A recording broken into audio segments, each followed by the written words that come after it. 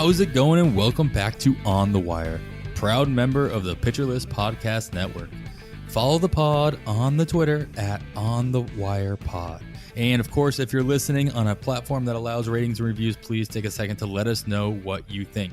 I am Adam Howe, and as always, I am joined by the 2020 TGFBI champion, Kevin Hastings. Kevin, so after we recorded last week, right afterwards, we got a big announcement across baseball that Mr. Wander Franco would be joining the Tampa Bay Rays. And of course he did on Tuesday. I was able to plug him in to the one draft and hold league that I drafted him in. This is the first draft and hold league I drafted, and I got him probably earlier than I should have. But I was very excited to be able to have my one share in the lineup right away. How many shares were you able to grab in draft season, and were you able to plug them into your lineup like with enough time? I actually have 0 shares of Wander Franco. I wasn't convinced enough that we were going to see this happen, at least this early in the season. With it being the Rays, with them having other prospects available, with him being so valuable to lock down as much time as they can, the way they do things, for what he was, where he was being drafted, I just didn't like the risk. So unfortunately, I have 0, and it's crazy for the most exciting prospect call-up of the season, and will be for the entire season. And as far as what we do here, there's not a lot to talk about. He was already rostered everywhere. So, but it's cool to see. Yeah, I think he's available. He's rostered. I was looking on the 12-teamers. So like in the online championship, he's rostered 94% of leagues, and there's over 200 of those. So there's still a handful of leagues where he's available for FAAB bidding. I will be very curious. I don't even think it's worth trying to think about what he's going to end up going for in those handful of leagues. It's going to be at least a couple hundred for those who still have the hammer. To 0 for it. People will take their budget to 0. Oh, sure. I think, yeah. So that's where you look at, that's the situation that you're in, where you look to see if you have the hammer and you want Franco. Obviously, don't spend your entire budget. Just spend $1 over the next total budget right below you. So at least you have some pennies to play with for the rest of the season, assuming there's a difference. All right, this week it's our 21st episode. So congratulations to us. We are now legal, and I think we're both enjoying our adult beverages in honor of the occasion. Our blackjack episode. There you go. So cheers to that. Cheers. And we're gonna take this solo. And it's not really solo. It's you and me, but we're gonna go at it alone as we did on our very first episode. And so we're gonna get right into it. So first and foremost, of course, our news and notes. Kevin, I'm going to throw these at you one by one, and I'll chime in as well. But we'll start off in San Francisco, where Brandon Belt was placed on the IL for the Giants with right knee inflammation, with Lamonte Wade returning to the big league team to fill Belt's roster spot. Curious, do you see any diamonds in the rough in San Francisco for the next week's matchups, or is the playing time concerns across the board simply too difficult to risk rostering? I think there are several options for this week. It appears that in their 6 games this week, they're going to face 5 right-handed starters. They've had a left-handed starter and a right-handed starter in the 2 games they've played since Belt's injury. So what was intriguing to me is Wilmer Flores' bat was actually in both lineups. So he's my first option. And he's 71% rostered TGFBI, so close to a third of leagues he's available out there, definitely over a fourth of them. He's only 15% rostered in Yahoo. With first base, second base, third base eligibility, I see him playing nearly every day as we go forward. Now, the other 3 that we see against righties typically are going to be Wade, who you mentioned, and Alex Dickerson and Steven Duggar, it appears. And none of these guys are over 63% rostered, even in 15-team leagues. And Duggar's actually the most rostered in 12s at 24%, presumably due to those 5 stolen bases, along with a batting average over 300. So he is definitely appealing this week with 5 games scheduled against righties. But so are Dickerson and Wade. With the Giants lineup's just been good all season, better than any of us expected. Yeah, and I'm going to skip ahead here and because it goes into the same conversation. And we'll talk about how Buster Posey's been missing a bunch of games. He was scratched from Friday's game. He sat out today's game, that's Saturday as well, with Belt out at first base and Buster Posey looking like he's missing some time with the possibility of hitting the IL for next week. Do you think it's worth stashing Joey Bart this week in preparation for a call up or a recall up, since obviously he played a lot last year? I would think so, but it's really hard to know. Kurt Casale has been wonderful defensively for them and calling games, and that got a lot more attention earlier in the season than it has recently. But I don't think he's who they want to send out there on a daily basis. So I would think that there's possibility here. It probably depends on how many games he played last year and how he's sitting with the whole manipulation time with the games that he played last season. But I would think it's at least a chance. And so, yes, if I had a spot, he's probably worth stashing in some places. Yeah, I think that if Posey does hit the IL, Bart is the obvious call up here, especially with the opening at first, or at least a couple days a week, plus obviously catching opportunities for Bart in San Francisco. You don't necessarily want Casale out there every single day. Even if they split time, even if it ends up being a 50-50 between Bart and Casale, that'd be fine because Bart could. Clearing a handful of guys, that's all we're hoping for these days. Exactly. All right, we'll go down the coast, down to LA, and the Angels, who placed Justin Upton on the IL with a lower back strain, surprise, and replaced him with infielder Keen Wong. One might have thought, and that one being me, that if there was ever going to be a need for a certain top prospect or two outfielder to get the call, it might be now. But alas, the Angels outfield now consists of Taylor Ward, who's holding his own, and he moves over to left field. Juan Lagares manning center with Mike Trout still out, and Luis Rengifo now in right field pretty much every day. Are any of these options interesting to you in the Angels' upcoming 7-game week coming up? Yes, I was wrong about Ward. He's been much better than I expected. I think he has, depending on the length of these IL stints and Mike Trout coming back, and if Justin Upton comes back, I think he's the last one to lose a job. I think he's there. He's 93% rostered in TGFBI, but only 6% on Yahoo. And I think he's 12-team 3 outfielder worthy. The 7 home runs and only 150 some at-bats. He's really filling up the RBI and run categories, which we often overlook when we're looking at home runs and stolen bases.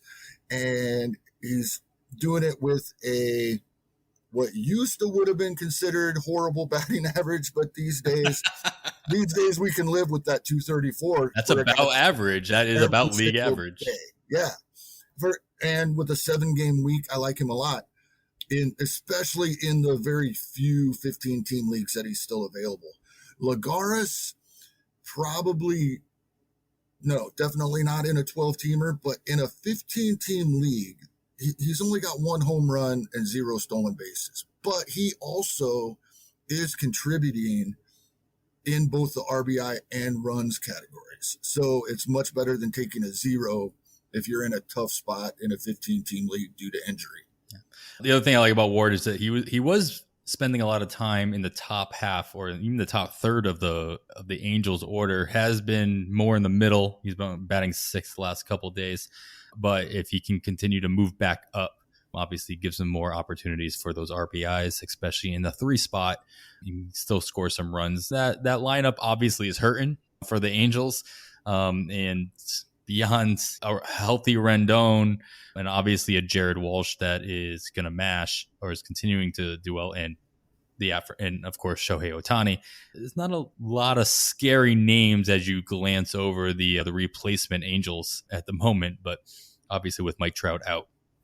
So I like Ward a lot as well. I did pick him up in a league or two the week that we talked about him a couple weeks ago when he first did start taking over in right field. It's great. I think he got me a bomb. He played in a doubleheader that week as well. So a lot of at-bats. I did move on. I have moved on since, but he's definitely somebody I'd be looking at. Actually, in one league I moved on. Somebody else has already moved up. I won't be able to get him there. On at the right time because he's having his worst week since he started getting regular playing time. I believe coming into tonight, he's 1 for 13 for this week after having 3 really good weeks in a row. So good timing. We'll have to get back on it if he wants to continue to push back the Joe Adells and the Brandon Marshes of the world. All right, in Milwaukee, a couple of injuries, or at least one big one, and then one that we're still awaiting more information on. Daniel Vogelbach was placed on the IL by the Brewers with a, quote, significant hamstring strain. And, of course, replacing him at first base has been none other than Keston Hiura for his third stint in Milwaukee this season. Kevin, is there any reason to trust here has made any significant changes to better take advantage of this new opportunity? Trust, no. Gamble, maybe yes. In the first recall, so his second stint of the 3 that you brought up, he went 2 for 29 before getting sent right back down. Now he's got 2 hits, getting his second one tonight in this second recall, in 20 less at bats. There you go. He's on 222 isn't a great average either, but with the home run last night, another hit tonight, those are good signs. Now he did strike out twice in each game as well, and that's the issue. We know that. We know he's striking out way too much and doesn't show any signs of that going away. However, it's one of those situations where I feel he's better than what we've seen so far. And if you have an extra spot, I don't think I'm playing him yet, but if I have a spot, he's available in almost half of TGFBI, rostered 59%. It might be worth it to watch him for a week and see if it looks like something will click, because it just seems like he should be better than this. Yeah, he's only rostered in 40% of the main event leagues as well, and only 29% across the online championship of the 12 teamers. Obviously, much more readily available. Still, more than half in both those leagues that we just talked about. He's still going to be bid on. He might not get himself up to 100% rostered, but he's still going to be bid on, and you're going to be able to get him at a lot more of a discount than you did the last time around. I know I bid on him in my TGFBI league. He was available, but he was only available in, I think, 3 or 4 of the 29 leagues there. And mine just happened to be one of them. Got outbid. I think I bid like around 40 or 50, and he went for over 80. And I saw leagues where he was going triple digits, where he was available. I just can't imagine he's going to go for triple digits. He's definitely... I wouldn't gamble with triple digits, especially at this point in the season where I don't have $1,000 anymore, because I've been spending every week, and the vast majority of people out there have been as well. So I'll be curious to see what he goes for. I venture to guess it'll be closer to my original bid of 40 or 50, just because if you do hit gold there, you know what he can do. And so it's probably worth a 30, 40, 50, like the right around there bid on the off chance that he goes off. All right. The other one I mentioned was Colton Wong did leave Saturday's game. Just something to monitor. I'm not sure there's anything worth mentioning regarding with that, but monitor that as you're heading into your bids. If you do have Wong in your lineup, you might have to do a little replacement there. Moving down to Arizona, there are a couple injuries there. One of them seems to have worked itself out today, as Ketel Marte was back in Saturday's lineup after missing a couple games. But besides that, Carson Kelly did hit the IL in Arizona, and he was replaced, of course, by early draft season favorite Daulton Varsho, who was recalled to replace him on the catcher depth chart in Arizona. Is there any situation in Arizona that is that a situation that you'd be more interested at any other time? Varsho hasn't played every day, but is that with Kelly out completely, is Varsho somebody that you're looking at for this weekend? Possibly, but only in 15-team 2-catcher leagues. I just don't think he's going to get the playing time. I'm ecstatic in one of my draft and holds where I've basically been playing with one catcher. I've had two in my lineup, but I've only had one active catcher for much of the season. And Varsho has actually been the guy that I've had in my lineup, even when he was in the minor leagues. I have a league just like that. At any point, he could come up in the middle of a week. I might get a couple at bats. So I'm excited about that. I just might get a handful. I think the thing I'm really watching in Arizona, it seems like Marte is probably okay, but I'm more interested in Cole Calhoun going on his rehab assignment. And he's the stereotypical high power, high strikeout, low batting average guy. But as we've been talking in recent weeks, those guys aren't as readily available this season as they have been in the past. So he's the guy I'm looking at. Somebody I was looking at as well as Josh Van Meter, who was recalled from AAA before Marte's injury. Mm-hmm. And he's been playing decent. He's had a decent little run even before the injury opportunities might have presented him with more time. Batting in the top third of the Arizona lineup since being recalled over last weekend on Sunday. At least against righties, he did sit against the one lefty that they've faced so far. And definitely somebody to monitor as Marte is back and as the rest of the guys come back, like you mentioned, Calhoun and I believe Escobar, as they're back in the lineup. I wonder if Van Meter will get squeezed out a little bit more. That being said, Van Meter's had his runs both in Cincinnati and Arizona, and I think it's somebody definitely worth to monitor, especially if you are desperate in a deep league for extra at-bats in your middle infield slot. All right, in Cleveland, Aaron Savali hit the IL with a sprained finger and is expected to be out over a month, and now becomes the final member of the Cleveland opening starting pitchers to be out of the rotation. Cleveland has built up a reputation of building up seemingly unknown rotation pieces into viable fantasy pieces. So I'll ask you, Kevin, are there any current members of the Cleveland rotation that you trust enough to plug into your starting rotations this coming week, as they are set to host Detroit and also host Houston? Well, and Cleveland has back-to-back 7-game weeks ahead as well. So the guys that we see Wednesday and Thursday, we'll get 2 starts next week probably against Kansas City, and I forget the other one. I'm looking real fast because I just had it up here. Oh yeah, and Tampa. 2 start week next week in those matchups is pretty nice, and that also means they're avoiding not the Thursday start, excuse me, but Cal Quantrill is who I'm getting at, because he's getting the Tigers on Wednesday, and then we'll get the Rays and the Royals the following week in a 2-start week. And he's been performing better in recent weeks as well, other than his most recent start against Minnesota, which this is one of those times where I don't think that this is much more than a bad start. And he's a young guy who's going to have bad starts, and he's going to keep the price down for us on Sunday evening, giving up 6 earned runs in 4 1/3 against Minnesota, because I really like those next 3 matchups. Yeah, I agree, Cal. We were going to definitely talk about him later on in the show in our future 2-star options.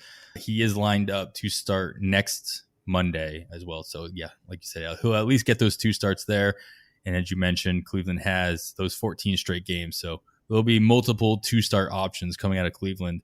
Logan Allen is looking like he'd be called up to start next week as well. So he would actually be the only member of the opening day rotation to still be in the rotation. That's crazy. And so call out to Paul Sporer. I heard talk about that on Sleeper in the Bust. It was just a crazy statistic or situation that I hadn't really been aware of before. So that's it's kind of crazy.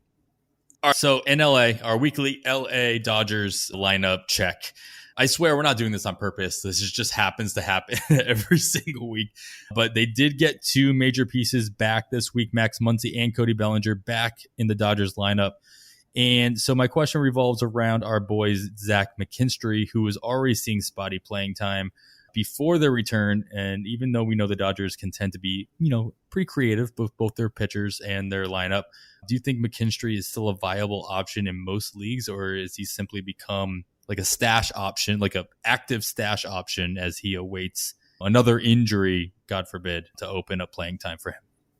Yeah, unfortunately, I think that is the case. I think for these guys coming back, that the Dodgers are getting back, for them to continue to move things around and move him around to get him still close to regular at-bats, he needed to continue to perform when he came back from his injury the way he had prior to it, and he hasn't. So I think he is going to lose quite a bit of playing time here.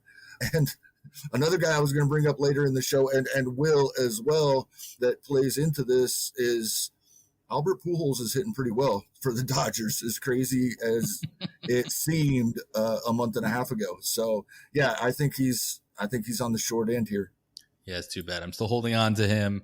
He very well might be my next cut in I have a dynasty league. It's going to hurt. I'm sorry, Adam Lawler, but he might end up being my next cut. So all my league mates who happen to sit through all these episodes and listen, you can be expecting McKinstry to hit the waiver wire soon, and he'll probably just sit there. So that's fine. All right. And the last thing, this kind of popped up just a little while ago, earlier today. Jesse Winker did leave his game today, Saturday, a little early with a tight hip contusion. And we've got some nice little fireworks in my neighborhood going off in the background, so enjoy those. What do you see any playing time implications in Cincinnati, at least in their outfield, if he actually misses any time, which he tends to do every once in a while?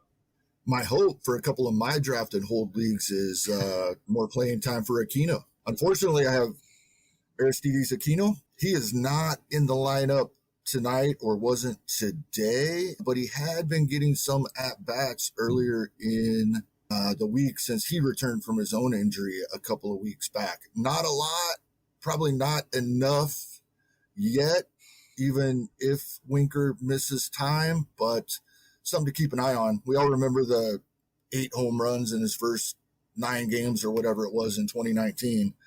I'd just like to see him in the lineup. Yeah, and the last time somebody kind of filled in for Winker as he missed time, they ended up going for over $400 in a couple of leagues, and it's Tyler Naquin. If Aquino can take advantage of that situation, you might as well get him now, because if he does next week, you won't.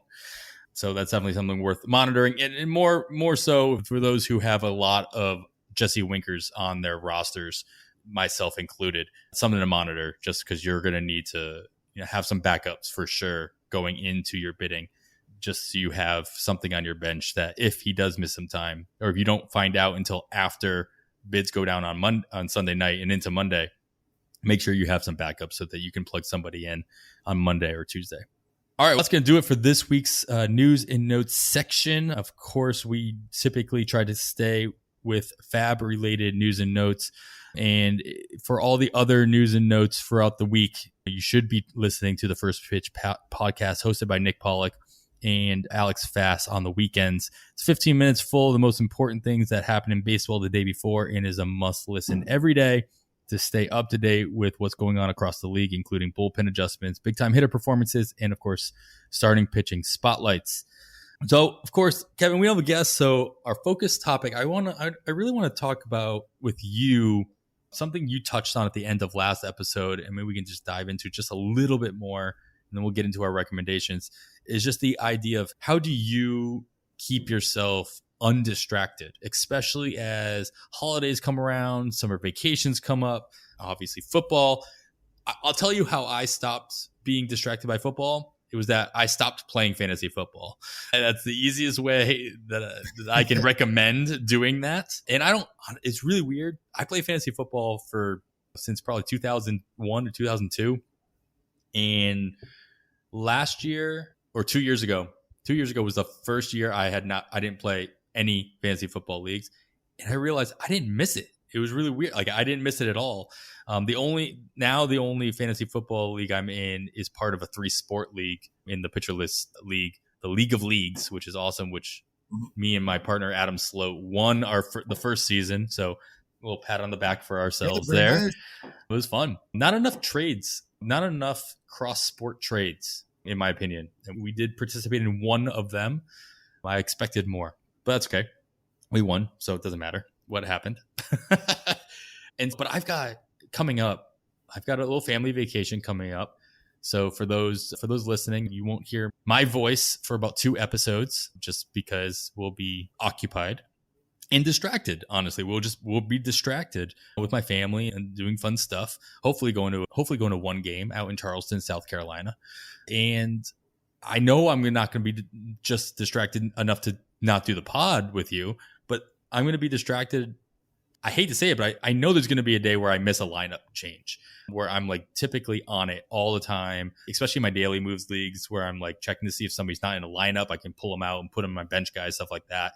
But then when it comes to bids, I'll probably be okay because I tend to do most of my bidding personally on Sunday nights right before, like about an hour or 2 hours before bidding comes around.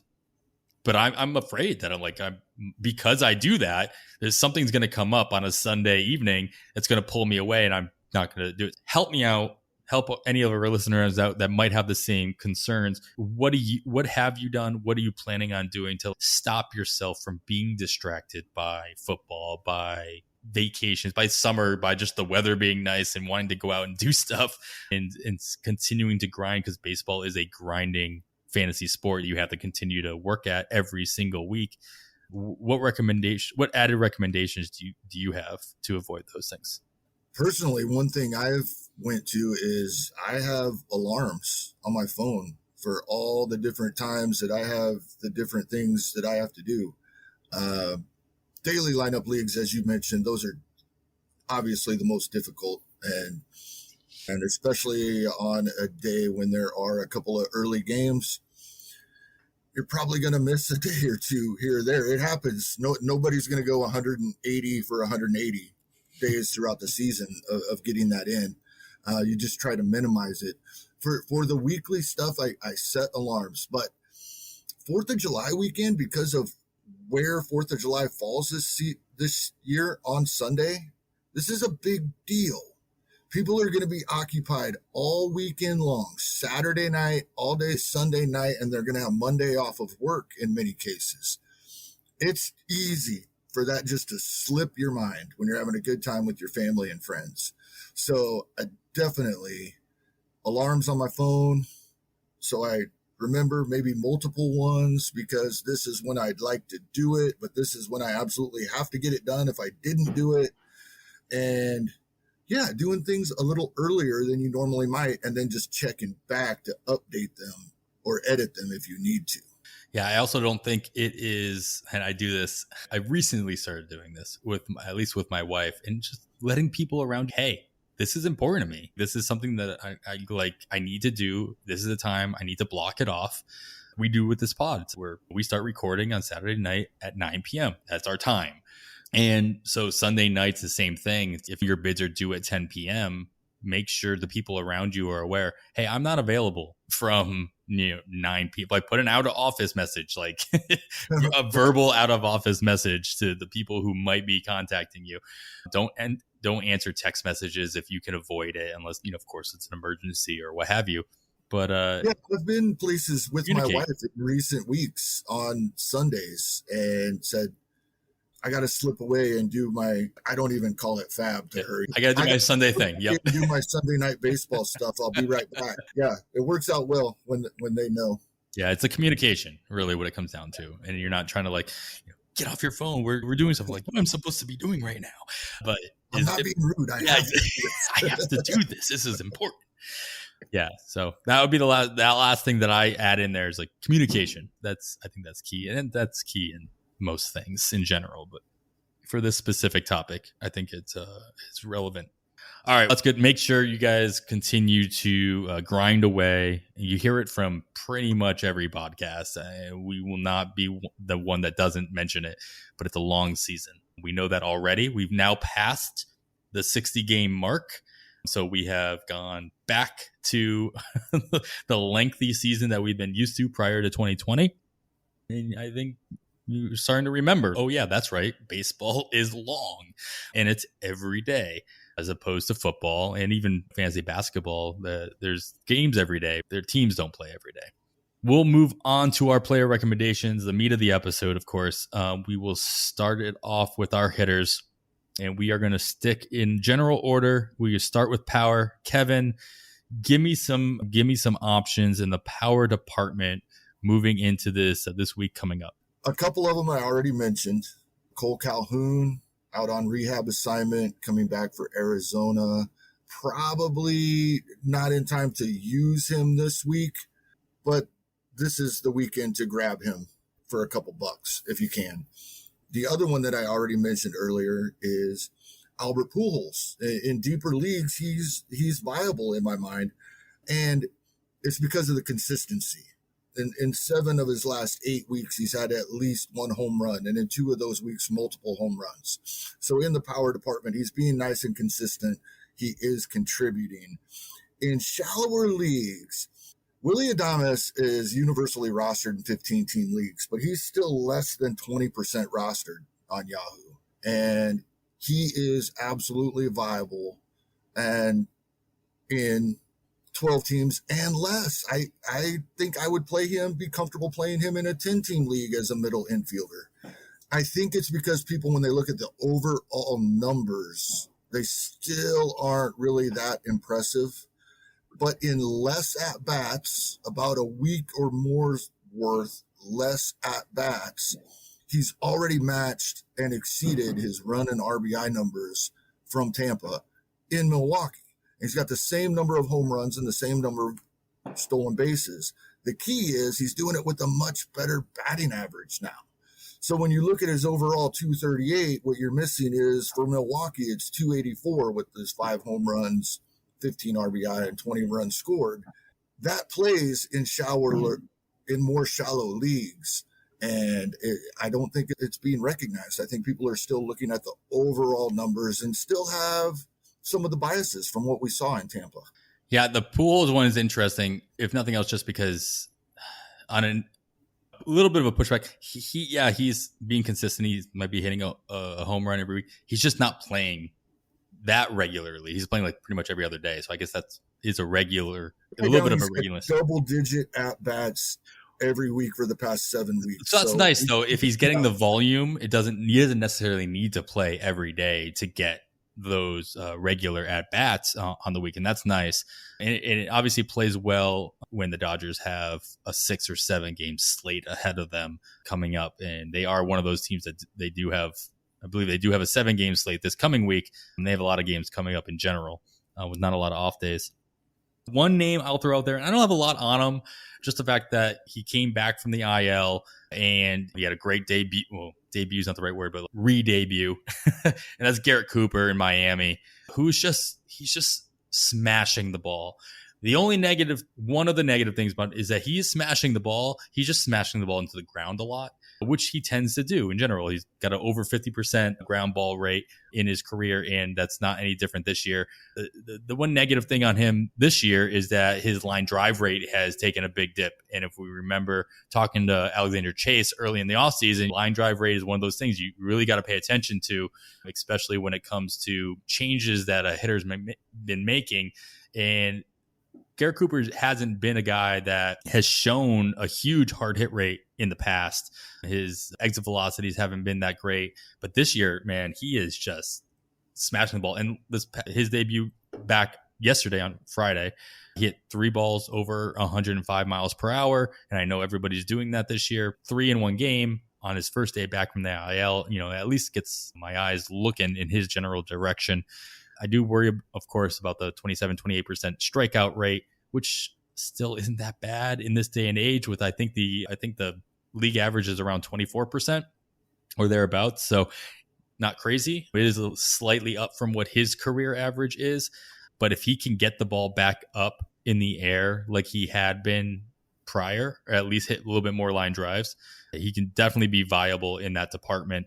And he is surprisingly, to be honest, readily available. He was not a stash. Like once he hit the IL, he is just a guy. He was one of those guys that everybody had in their lineups that they had no problems. He was the low man on the totem pole when it came to like how many IL guys can I hold, especially in an NFBC league where you don't have IL spots to stash guys. He was the guy that ended up being on the chopping block, and he is available in over half of main event leagues, so 15 teamers.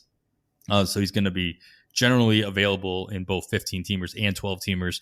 And I think that's a viable option, especially with dual eligibility in the infield at first. and your corner spot, of course, and of your outfield, which everybody knows, as we talked about multiple times this season already, that outfield has been so difficult to keep filled.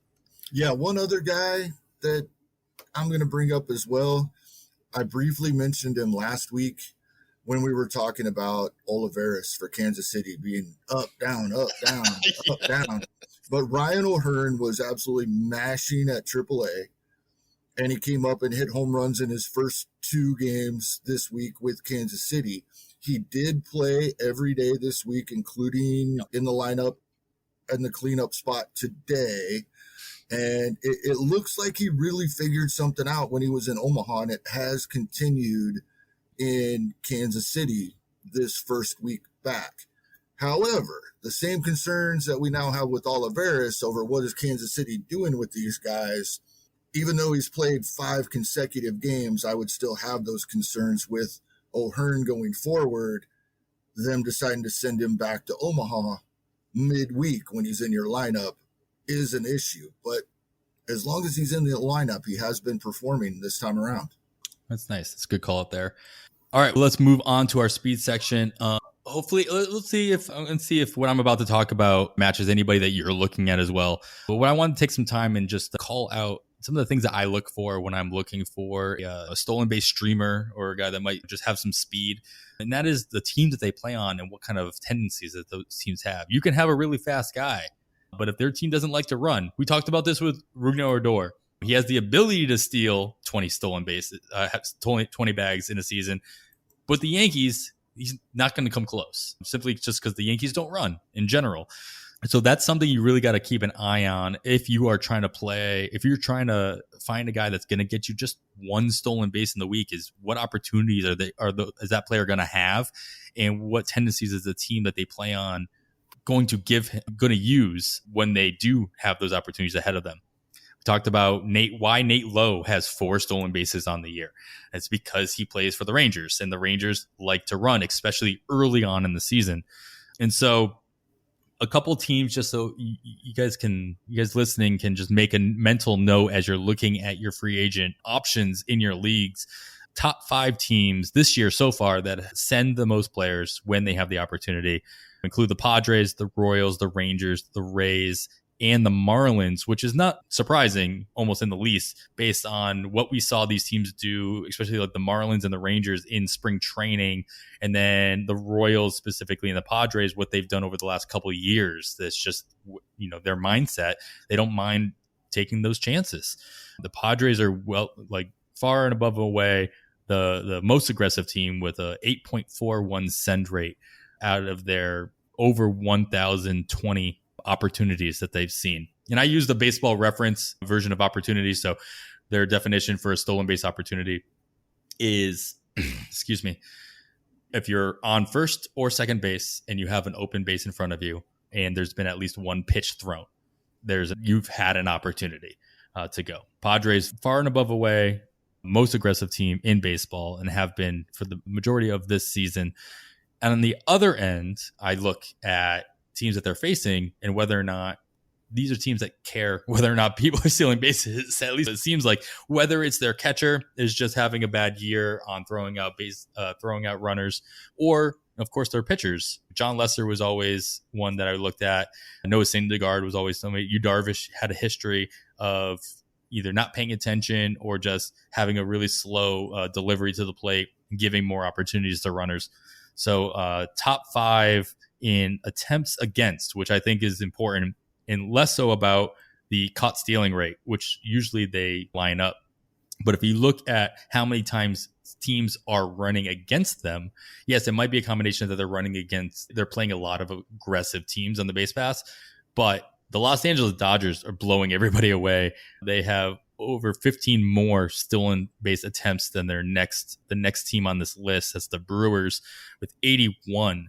They also only have a 22% caught stealing rate on the year. So the tandem of Will Smith and Austin Barnes is just kind of killing it in a not a positive way for the Dodgers, letting anybody run up. They have 63 stolen bases, which also leads baseball allowed.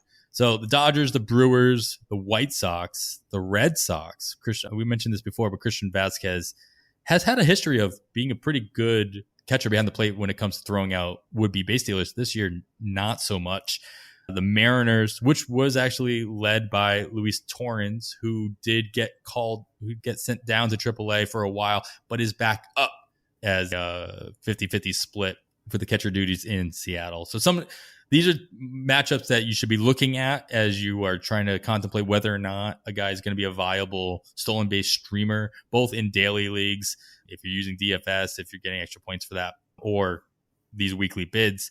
So based on that information, and there's obviously a couple more teams on each of these lists, the matchups that kind of stand out the most to me this coming week are Tampa Bay. And granted, Tampa Bay only has 5 games this coming week. I get that.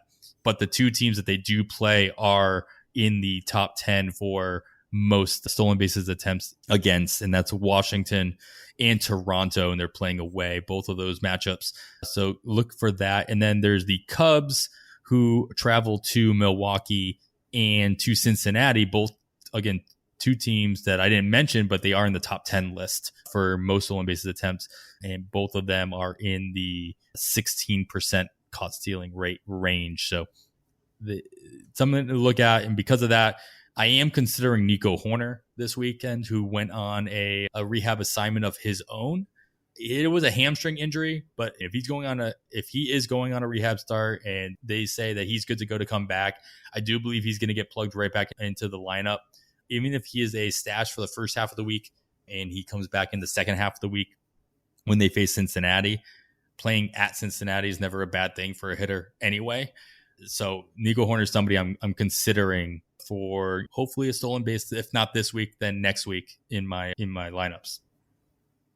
So the long-winded way of saying, make sure you're looking at the team that the players are playing on and who they're playing against to get as much bang for your buck when you're making these bids. Is there anybody that you were looking at prior to this long-winded explanation of what I'm looking at? And I was curious to see if they match any of the things I talked about. He doesn't, because it's the same guy. Typically, I like to let you write an article on this every week, so I let you roll with this section each week.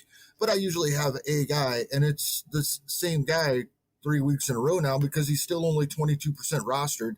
I get that part of that was probably because of Cleveland's 5-game week last week, but now Bradley Zimmer is playing center field every day for Cleveland, and they have 7-game weeks the next 2 weeks leading up to the All-Star break. So he should be out there plenty over the next 2 weeks. And I was disappointed as I was listening to you and looking at these lists not to see his opponents, at least for this week, aren't on there.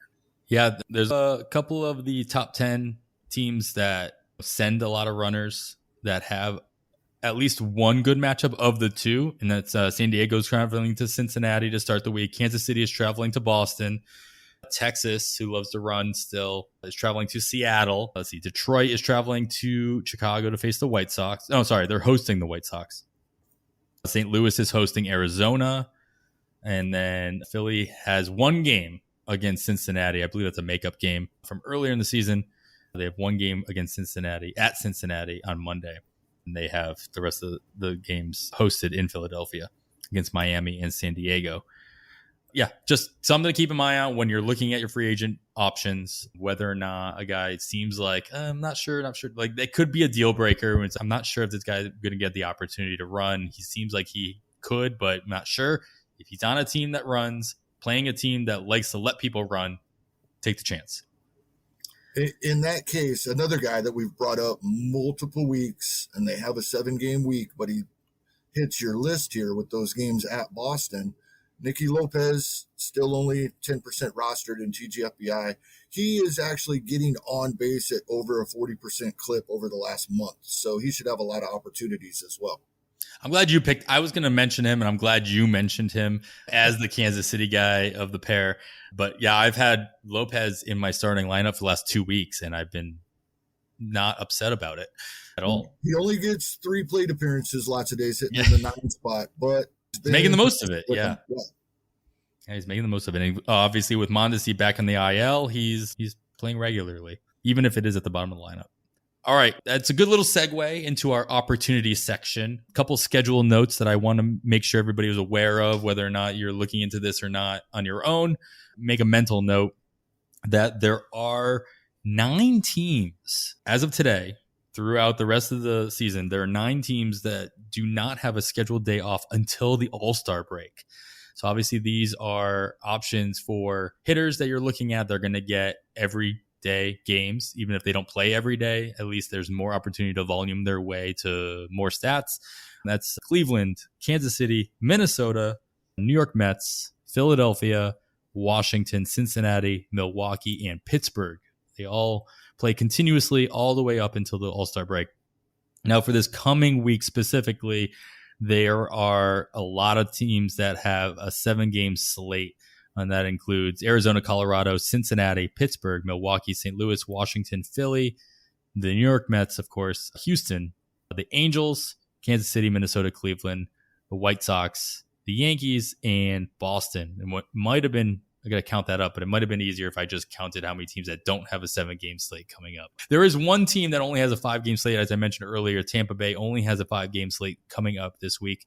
And then one other interesting scheduling note is that Colorado has all 7 of their games inside Coors this week. So 3 games against Pittsburgh and 3 games hosting St. Louis. So with all that information now out in the open, Kevin, is there any kind of player on any one of these teams, hitter, that you have your eye on just based on the fact of their schedule coming up and any matchups they might see? When we were looking at this, or when I was looking at your notes earlier this morning, it really got me intrigued about Pittsburgh making that trip to Colorado. And several of the Pirates, Brian Hayes is on everybody's radar. Adam Frazier and Brian Reynolds are both having great seasons on a bad team. So their counting stats may not be what we would hope, but in general, they're performing very well. Kevin Newman has been a big disappointment, but I'm looking at a healthy Gregory Polanco is available. I don't think those 2 words are allowed to go next to each other. Healthy and Gregory Polanco, yeah. Right? And people may not realize that because we're not paying attention to what Pittsburgh's doing for obvious reasons. And earlier in the season, we talked about Colin Moran. And when he's in the lineup every day, which he is most days, he doesn't always play against lefties, but he definitely has power. So a trip to Colorado is nice for him as well. Not just the hot, humid air in Colorado this time of year, but just that massive outfield. It doesn't have to be home runs. They're going to have some hits full. Yeah, absolutely. So that's a good call out there. Always good to see. Honestly, it's good to see who Colorado's playing, whether they're playing at home or away, as we talk about all the time. They get that sweet rocky road. I looked at who I liked Chris Flexen this week because of their first road game after a homestand. Yeah. I already am looking at who that could be over a week from now. And it's not a good name, but yeah, we might grab him. It's still worth talking about. All right. Speaking of pitchers, we will move on to our pitcher section. Let's talk about our volume guys, our wins and our Ks, the guys who might have 2 starts this coming week. We'll get to our future 2 starters later on. But Kevin, is there anybody that stands out for this coming week that might be able to nab you an extra win or a few extra Ks if that's the category you're chasing? When we talked about this last week, we weren't really fond of these options this coming week. In shallower leagues, I don't think I'm even going to try. I think I'd rather play middle relievers this week than try streaming some of these 2-start pitchers. And in fact, I think anybody that's not widely rostered, that's probably my stance this week. And for one start with a great matchup, I like his matchups next week as well. And we've already mentioned him, so we'll save that for the next section here. That's fair. That's something worth considering as you go, and we talk about the whole time, as you grind away in the season. Like, you don't have to make a move. Like, we talk about how, like, you shouldn't try to make a move every week. At least, I do. And I might not, it might, on paper, it might look like I didn't make a move, That's just because I didn't get my bids, and that's fine. Like I still made an effort. But if a guy's out there, if there's guys out there that you're like, I could take a flyer on this guy, but he's not worth more than a quote a flyer, then you didn't make a move. That's not a big deal. Just don't overbid for a player just for the sake of getting a player, just to have your team name on the FAAB result list at the end of Sunday night. If it just doesn't make any sense, and doesn't make any sense. There's always going to be somebody, there's always going to be a league you're in. You have to stretch it out. You have to take those chances. Most of the time, it's probably not worth it. And we talked about this with a couple other 2-starters a couple episodes ago. Just not worth making that kind of a risk. We're still not quite at that point in the season. We're not even at that halfway mark where those big blowups can make a big difference. So speaking of blowups and hitting your ratios, let's talk about, of course not. I'm skipping. I got to change our outline because every single week I said, let's skip ahead in the outline. Won't I just move the outline so that I'm not skipping ahead? So let's skip ahead in time and look at our 2-start options for the week of July 5th. Again, always good to look out, especially with the holiday coming up.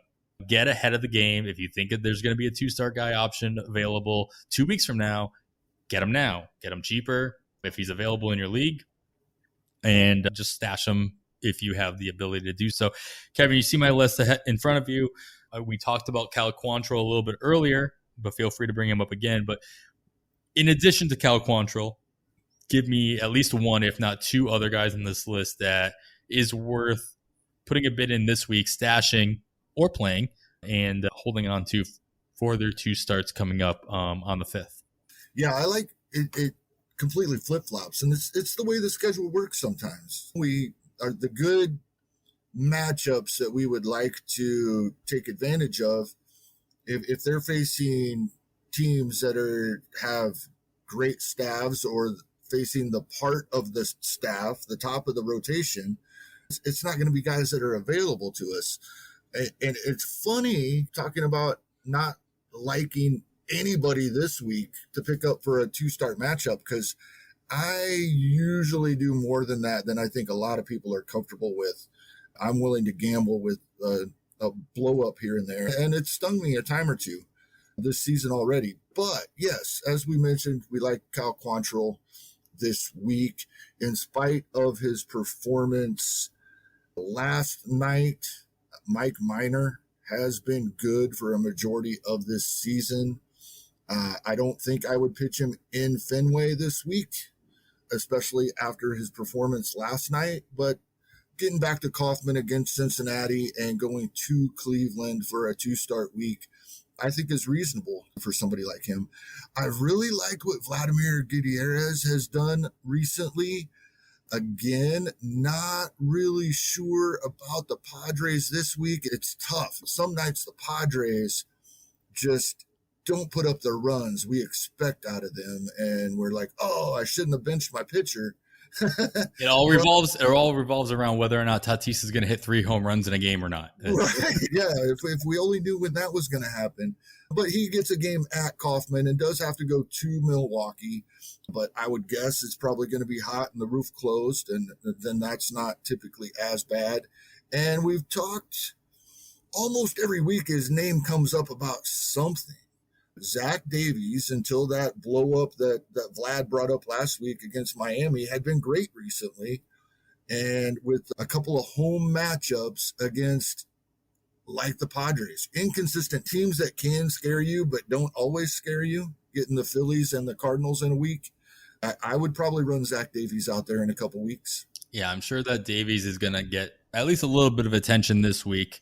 Especially obviously being part of the combined no-hitter for the Cubs this past week as well. So something to keep an eye on. I keep seeing John Lester getting picked up, especially if I feel like he's gotten a lot of 2-start weeks, and it might just be what I've been seeing. I can't do it, man. I'm a Red Sox fan, big John Lester fan. I just can't do it. I can't bring myself to do that, but I keep seeing it happen week in, week out. So I cannot recommend away from that enough, to be honest. I know this isn't what is supposed to make that decision for us, but getting stung a time or two earlier this year that I mentioned earlier. One of the biggest ones was John Lester, a week that I did like him for his 2-start matchups. Yeah, but it can come back around though. Like it can with a talented pitcher. So like Joe Ross has been doing much better, and everybody hated Joe Ross. Gomber is the best example, obviously, he was a meme of a performance in San Francisco, killed everybody, tried to make up for a little bit in that second start, and he's been very good ever since, to be honest. Yeah, I still maintain we were San Francisco, not yes, Gomber. yeah, there we go. I like that. How good they were against lefties. Somebody I like, I definitely would not be playing him this week in Colorado. But that's Pittsburgh's Will Crow. I streamed him the week prior. He did pretty good for me personally. So this is more of a, hey, he did not burn me the way that these other guys have. So I might be going back to that at some point. I don't love the matchups hosting Atlanta and then going into New York to face the Mets. Now, at that point, the Mets should be a little closer, if not fully at 100% in their lineup with Conforto back and McNeil, what have you. Villar did just go on the IL, but when everybody's at 100%, he's a filler. He's a bench batch anyway. So Will Crow's somebody to keep an eye on. It's only 1% roster in Yahoo. He's readily available in most leagues, especially in leagues where I streamed him was in a daily format league. So I was able to just pick him up for that one start and then go about my merry way and drop him and continue to move on. But he did come over. I believe he came over from Washington last year, the year before, in a trade. Somebody keep an eye out for. I think we talked about him a little bit prior, but a name to put on your watch list, if nothing else. All right, we'll move on back onto our ratio category, as I alluded to earlier. Guys that can chip away at ERA and WHIP. Your long relievers that Kevin mentioned a little earlier, and guys who might just have a good opportunity, or new guys that just don't strike out a lot of guys, but could still chip away ERA. And starters that can chip away your ERA and WHIP at this stage of the game, I completely admit, are far and few between, if they exist at all. This is why I think in this category, we typically look at long relievers or just relievers in general that you think are going to get a little bit of a run in this coming week. Something to keep an eye on is usage levels. If a reliever wasn't used on their Friday, Saturday, or all weekend, there's a good chance that they might get a lot of innings in the next week, whether they're a closer or a setup guy or a long reliever. If you look at the Garrett Whitlocks of the world, who almost always go 35 pitches, and then they have 3 or 4 days off, almost just like a starter. If they pitch on Saturday or Sunday, don't bother. Okay, they're going to get one appearance in the coming week. If he didn't pitch Friday, Saturday, Sunday, he's a viable option. He is almost like a 2-start pitcher, a 2-start reliever, or 2-relief reliever to gain, especially guys with high strikeout rates. In those, I know we're talking about ratios here, but just something to consider as you're looking at those options. As a quick aside, Kevin, do you see any of those long relievers that you said earlier that you might be considering over those 2-start pitchers? Yeah, there's one I really like this week, and it's because typically Tampa Bay scares us when it comes to relief pitchers. We're not going to get saves. They might open, so we can't get a win. We just don't know what they're going to do. But Colin McHugh has been awesome for most of the season, going all the way back to mid-April. He's been amazing. He's given up 1 earned run since April 17th. He's pitched multiple innings in his last 6 appearances. And just what you were just talking about, yes, Tampa has a 5-game week this coming week, but he pitched Friday. So he's probably available in the first game of the week, which means we'll get his typical 2 appearances in the week. And he has a lot of 3-inning appearances. So we could get a start out of him. Strikeout rate's amazing. He's striking out between 3 and 5 batters each of these 2 to 3 inning appearances that he's had in his last 6. Colin McHugh will be in many of my lineups this coming week.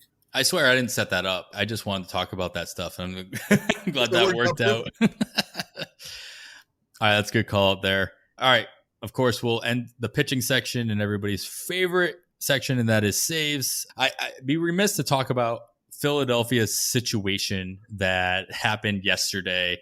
I talked about this in the bullpen piece that I do twice a week over at Pitcher List, and it's just the fact that Joe Girardi came out like earlier in the year, basically telling the media, I'm not going to tell you anything.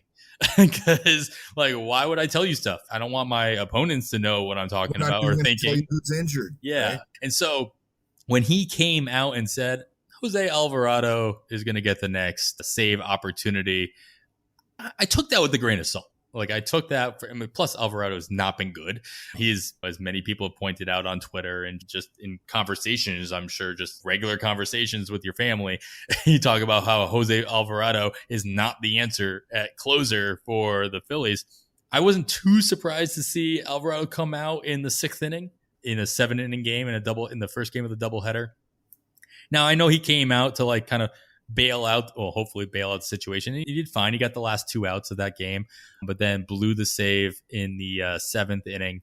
And then in the second game of the doubleheader, everything came back around. As Rick Graham said on Twitter, it came full circle with Archie Bradley setting up Hector Neris in that situation. Is this a situation that you even are paying attention, like bothering yourself to pay attention to? Do you see anything worth speculating on here, or is this just there's just too much noise, not worried about it? Yeah, and then Neris blew it today. And so I missed that. I'm glad you said that.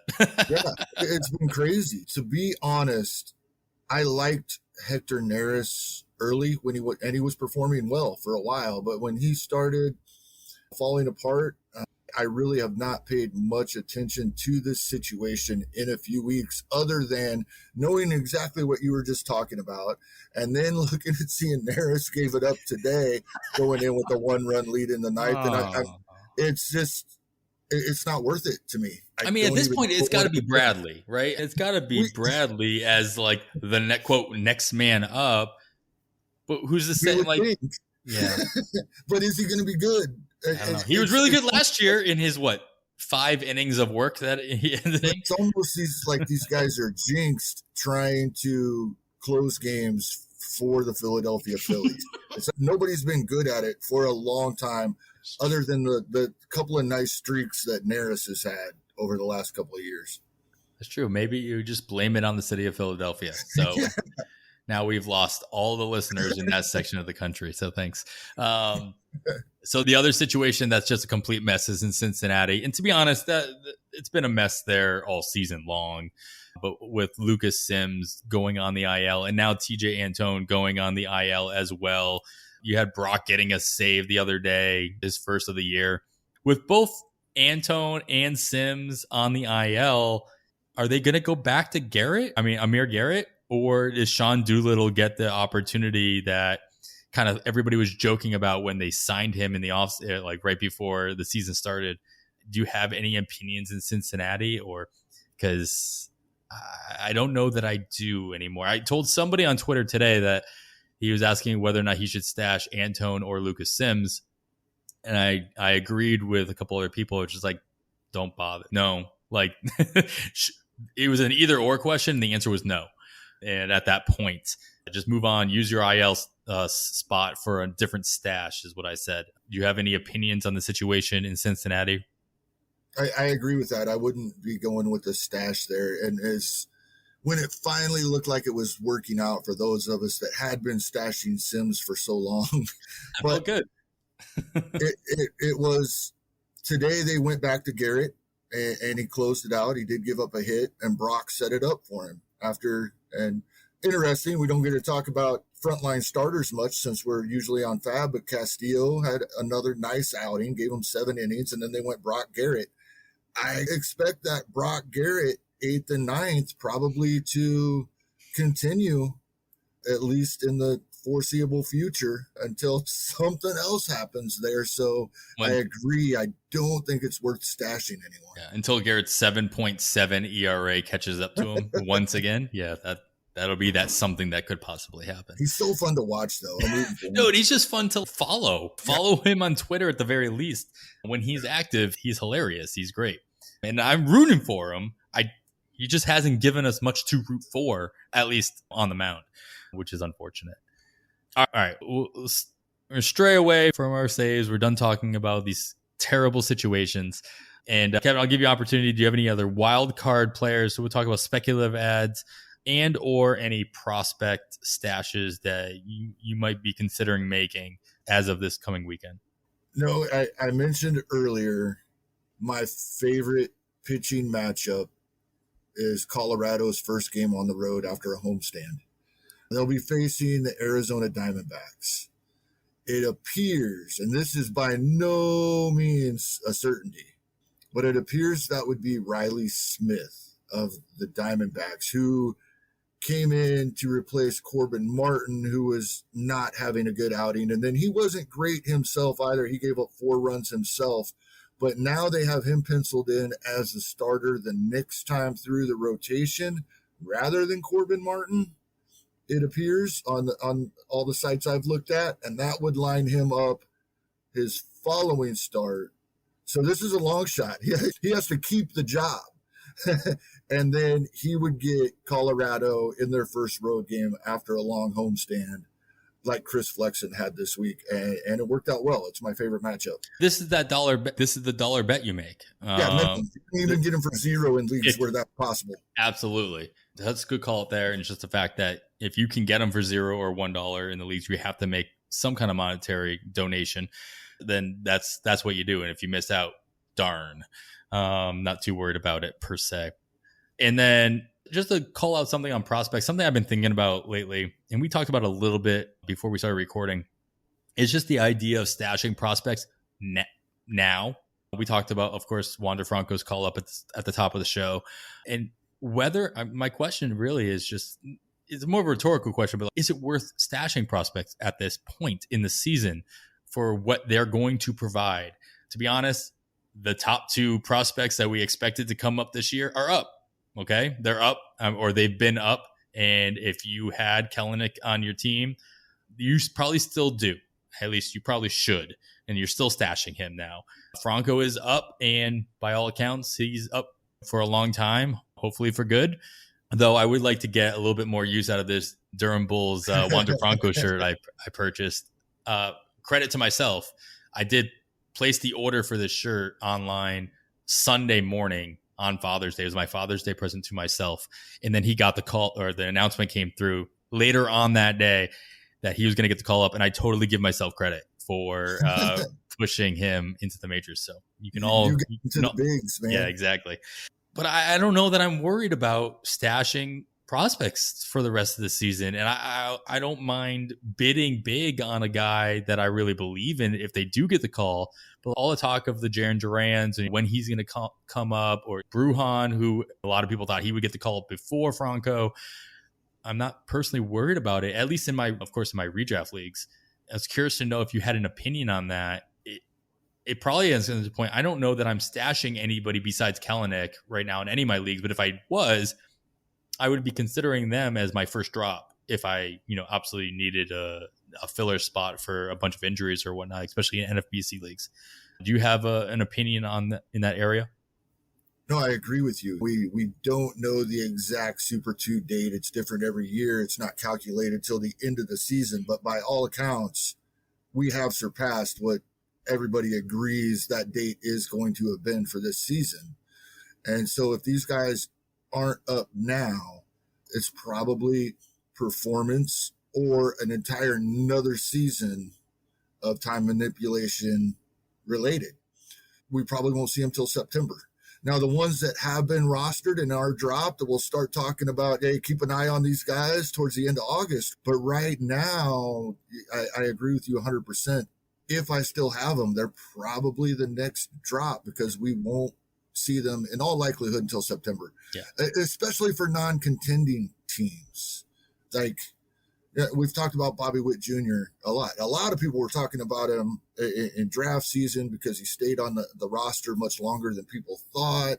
But the Royals they've had a couple of good stretches, but they've had 2 really bad stretches. So at a couple of times earlier this season, it looked like, oh, maybe they're a year or 2 ahead. And so maybe that might help them make this decision. And then with things going on, then injuries can come into play here. But I think for non-contending teams, that's not even a factor any longer either. Absolutely. And even in contending teams, like I'm going to bring up Jarren Duran again for the Red Sox. And the thing is, like, he was dropped in a bunch of leagues when people started realizing, oh yeah, that's right, he's on the Olympic team, he's on the U.S. Olympic team as they're trying to clinch a spot to Tokyo, and he was dropped in a lot of places. He was dropped in my TGFBI league. I saw him being dropped across different leagues. And then when he came back, obviously they clinched their spot. So the team was disbanded and all the players got to go back to their minor league. And he's been crushing Worcester ever since coming back. And so, of course, everybody's all hyped up again. All right, I saw Eric Cross mention this on Twitter out of Fantrax about how he's a Red Sox fan as well, that he can't wait for a new leadoff hitter to come into Boston because the leadoff spot for the Red Sox has been awful. And he's absolutely right. It's been terrible. And Duran would fill that role. But here's the thing. I question whether or not Duran's not just going to go back to the Olympic team. That's where my mind is. I think a guy like Duran, who obviously played so well, not only for the Olympics, but he's just going to be a key aspect for that team, wouldn't go back to the Olympics, let him play out there.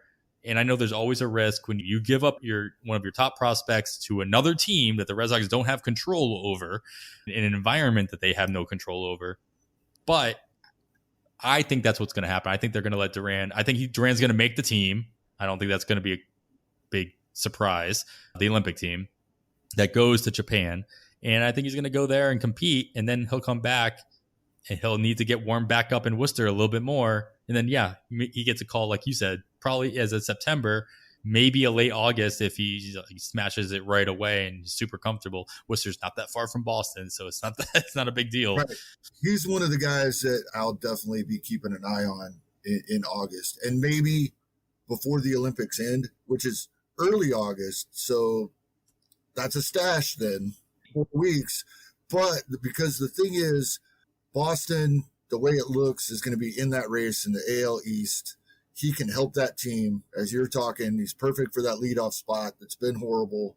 And so if they bring him up, the Olympics end, I believe, August 7th, and they get him back stateside and a week or two of at-bats, they can go ahead and bring him up a week or two prior to September 1st, and they can manipulate that at the beginning of next season. And it'd only be a week or two that they had to worry about. So he's a guy that I would start looking at grabbing if I have room for a stash very early August.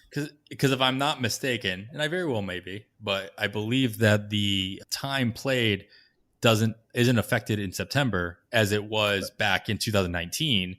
Obviously, 2020 was a different situation, but time played in 2020 doesn't go against that time manipulation, if you will. So you can easily, like you mentioned, hold him back down in 2021 for an extra 2 or 3 weeks after the quote unquote, deadline, if you will, and still get that extra year of control for sure. But yeah, at the very least, Duran will probably be up before the September 1st mark, because he's going to be somebody who's going to be useful in the playoffs. And obviously he needs to be on that roster prior to September 1st to be eligible to play in the playoffs. Yeah, as soon as he gets a few at-bats back stateside. You're ready to go. I'm still waiting for Bobby Witt to get the call to AAA because Omaha does play in Indianapolis in the middle of July. So there's a possibility I could check that out if I'm not out of town at the time. He has about the same number of plate appearances that their last group of prospects that came along, the Hosmers and Moustakas and those guys. He's at about that point where they were moved to AAA. So if there's any continuity to the way they're approaching things, it's getting close. Yeah, and just to echo what we talked about, I think 2 weeks ago, that there is different intake rules between AA and the majors. And so you're not going to see a whole lot. And we haven't seen a whole lot, if any, AA to major jumps this year. So Witt going to the majors, going to Kansas City is less likely than it might have been in the past. Even if he just spends like a 9-day trip, like a Juan Soto style at AAA. All right, I think that's going to do it for our recommendations. Kevin, we talked a little bit in the middle of the show about your parting words from last week. So I'm going to ask you, do you have any new parting words for our guests at the end of this week? Not really, because it's related. It's, we talked about our time and continuing to, at a minimum, when we're busy, getting what needs to be done if we're not able to put in as much time as we typically would with our leagues. With the All-Star break, we get a break. We get 4 days of no games, hopefully no injuries, so things aren't changing. And it's a nice time to take a step back, take a couple days off. But one thing I do like to do is start looking at some of the late inning situations for bad teams that have a good closer. They're going to be moved right after the break. Maybe start doing those pickups early, like before the All-Star break, because the week of the All-Star break, when people are taking a break, that's when they're going to be looking at it. Do it a week or two early, which means this week we need to start taking a look at some of those situations. And again, in a lot of leagues, it's not possible. There's so many injuries, we don't have room to do those things. But it's time to start taking a look, if we have an extra spot, to some of the situations that we think are going to happen right after the All-Star break. That's a good call out, and we'll try to put something together for the next episode. I think that's a good thing to talk about in our saves department. Guys, the trade options that Pittsburgh is going to have, or teams of that nature. Baltimore's bullpen is just as much of a mess as anybody else's, so maybe that's not one we'll touch on. Pittsburgh's always the one that comes to mind, just because I have a lot of shares of Richard Rodriguez, and so I'll be curious to see how that shakes out. But just a nice little preview for those who stuck around. We will have a guest next week. We have Paul Spohr of Sleeper in the Bust. We'll talk to him probably about how he kicked our butt in the podcast bracket this past February, probably rightfully, and a whole bunch of other stuff. Five-a-side this week. That was great. Yeah, it was great. Nick Pollock and Paul Spohr do their firesides whenever they can.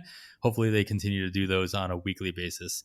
So make sure you check out that episode of Sleeper in the Bust, as well as a whole bunch of other podcasts on the Pitcher List Podcast Network, which, as we mentioned at the top of the show, we are part of. So make sure you are checking out all of the shows. There's 20 different podcasts in the network, including, and I mentioned these guys a bunch of times, and we've had Alex Chase on the show, but they had the Dugout Study Hall, and with their special guest Vlad Sedler, who was just on our show last week. So Vlad doing the rounds on the podcast rounds, and every podcast who can possibly get Vlad on their show, they should be getting him on the show. So yes. I mentioned on Twitter, that is a must listen episode. If you haven't already, make sure you go in and check that out, as well as all the other great podcasts on the network. And if there are any other players that you think we should have talked about, or you're thinking about bidding on, you want us to discuss on future episodes, make sure you contact us either by email. You can contact us by email at onthewirepod@gmail.com. You can shoot us a DM on the Twitter at onthewirepod, or join PL Plus over at pitcherlist.com, where you get access to us and everybody else on the Pitcher List Discord, who are just waiting to give you all the advice and banter that you can handle, with over 900 members, including all the incredibly smart staff that are just waiting to help you win your league. That's going to do it for this week's On the Wire. Please make sure to subscribe to the podcast wherever you listen. And of course, leaving a rating and review is always appreciated. You can follow myself on the Twitter at 80grade. It's all spelled out. And follow Kevin at HastingKevin. Keep an eye out for Kevin's weekly FAAB preview article every Sunday, as well as my FAAB review article, which should be coming back next week, titled Waiver Watcher. And both can be found, of course, on pitcherlist.com and by following at pitcherlist on the Twitter. We wish you the best of luck in all of your leagues and hope you win all of your bids by exactly $1. Thanks again for listening and for joining us. For Kevin Hastings, I am Adam Howe. With that, we bid you goodbye.